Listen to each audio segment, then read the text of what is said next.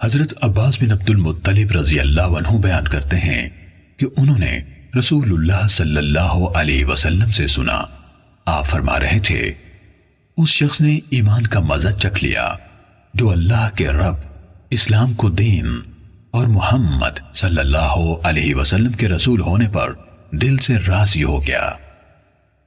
صحیح مسلم حدیث نمبر 151۔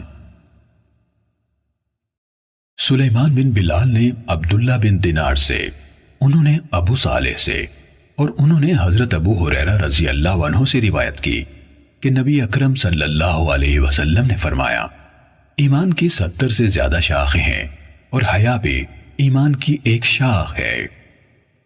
صحیح مسلم حدیث نمبر 152۔ سہیل نے عبداللہ بن دینار سے، انہوں نے ابو صالح سے، اور انہوں نے حضرت ابو ہریرہ رضی اللہ عنہ سے روایت کی کہ رسول اللہ صلی اللہ علیہ وسلم نے فرمایا، ایمان کے 70 سے اوپر یا 60 سے اوپر شعبے یعنی اجزاء ہیں، سب سے افضل جز لا الہ الا اللہ کا اقرار ہے، اور سب سے چھوٹا کسی اذیت دینے والی چیز کو راستے سے ہٹانا ہے، اور حیا بھی ایمان کی شاخوں میں سے ایک ہے۔ صحیح مسلم حدیث نمبر 153۔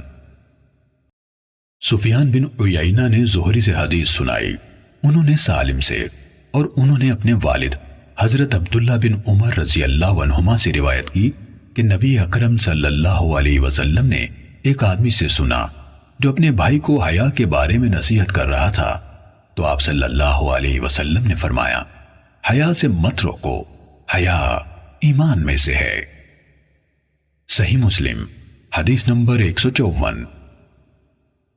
سفیان بن عیینہ کے بجائے معمر نے زہری سے مذکورہ بالا سند کے ساتھ خبر دی اور کہا کہ آپ ایک انصاری کے پاس سے گزرے جو اپنے بھائی کو نصیحت کر رہا تھا۔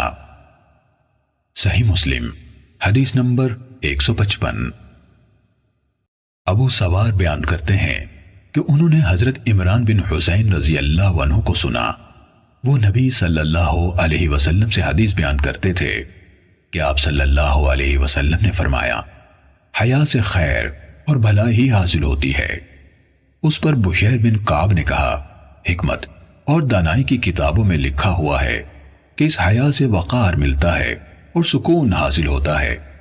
اس پر عمران رضی اللہ عنہ نے فرمایا، میں تمہیں رسول اللہ صلی اللہ علیہ وسلم سے حدیث سنا رہا ہوں اور تم مجھے اپنے صحیفوں کی باتیں سناتا ہے۔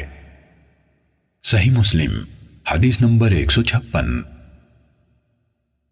حماد بن زید نے اسحاق بن سوید سے روایت کی کہ ابو قتادہ یعنی تمیم بن نزیر نے حدیث بیان کی، کہا کہ ہم اپنے ساتھیوں سمیت حضرت عمران بن حسین رضی اللہ عنہ کے پاس حاضر تھے، ہم میں بشیر بن کعب بھی موجود تھے۔ اس روز حضرت عمران رضی اللہ عنہ نے ہمیں ایک حدیث سنائی، کہا کہ رسول اللہ صلی اللہ علیہ وسلم نے فرمایا، حیا بھلائی ہے پوری کی پوری۔ انہوں نے کہا، یہ الفاظ فرمائے، حیا پوری کی پوری بھلائی ہے۔ تو بشیر بن کعب نے کہا، ہمیں کتابوں یا حکمت کے مجموعوں میں یہ بات ملتی ہے کہ حیا سے اطمینان اور اللہ کے لیے وقار کا اظہار ہوتا ہے، اور اس کی ایک قسم ضعیفی یعنی کمزور ہے۔ حضرت عمران رضی اللہ عنہ سخت غصے میں آ گئے، حتیٰ کہ ان کی آنکھیں سرخ ہو گئیں اور فرمانے لگے، کیا میں دیکھ نہیں رہا کہ میں تمہیں رسول اللہ صلی اللہ علیہ وسلم سے حدیث سنا رہا ہوں اور تم اس میں مقابلہ کر رہے ہو؟ ابو قتادہ نے کہا، عمران نے دوبارہ حدیث سنائی اور بشیر نے پھر وہی کہا۔ اس پر عمران سخت غصے میں آ گئے۔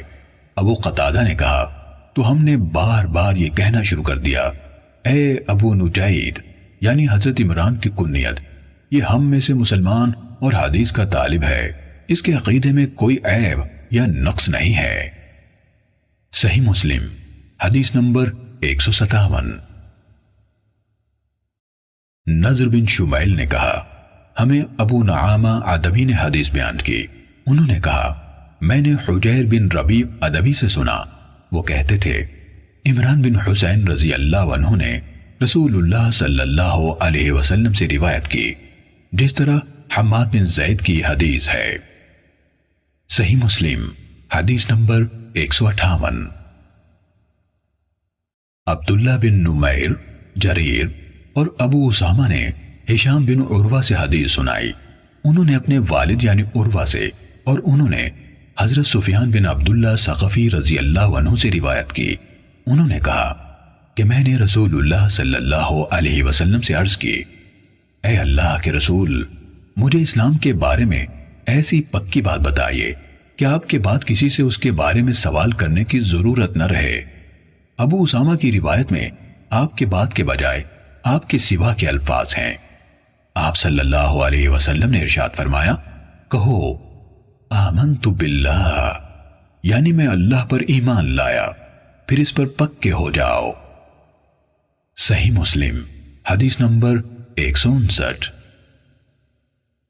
لیث نے یزید بن ابی حبیب سے، انہوں نے ابو خیر سے، اور انہوں نے حضرت عبداللہ بن عمر رضی اللہ عنہما سے روایت کی کہ ایک آدمی نے رسول اللہ صلی اللہ علیہ وسلم سے پوچھا، کون سا اسلام بہتر ہے؟